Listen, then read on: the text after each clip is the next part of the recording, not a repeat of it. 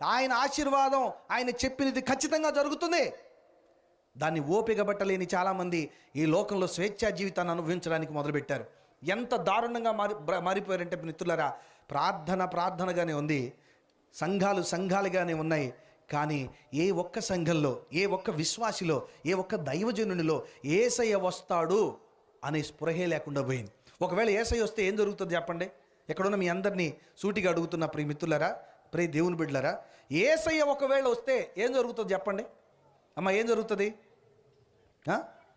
నిన్ను పిలిచి దండేసి దండం పెట్టి సంఖలో పెట్టుకొని పరలోకం వెళ్ళిపోతాడా?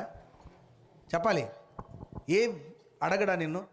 ఎట్లా బతికావు, ఏం చేసావు, ఇది న్యాయమేనా, ఎందుకురా పక్కోడి భార్యని చెడగొడతావు, ఎందుకురా పక్కోడి సంసారాన్ని కూల్చేస్తావు, ఎందుకు పక్కోడి డబ్బు కోసం ఆశపడతావు, ఎందుకు పక్కోడి ఆస్తులను కాజేస్తావు, నువ్వు ఎందుకు ఇతర జీవితాలని నాశనం చేస్తావు, ఎందుకు నీ జీవితాన్ని నువ్వు పాడు చేసుకుంటావు, ఎందుకు ఈ జీవితం, ఎందుకు ఈ రోత బతుకు అని అడుగుతాడంటారా?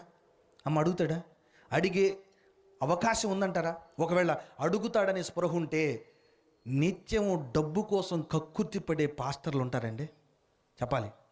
యేసు రాకడొస్తుందని ఇదే ఫుల్ పీట్ల మీద నిలబడి గుండెల బాధేలాగా, బల్లలు అదిరిలాగా ఖరాఖండిగా వాక్యం చెప్పే ఏ పాస్టర్ అయినా ఒళ్ళు దగ్గర పెట్టుకొని బతకడా?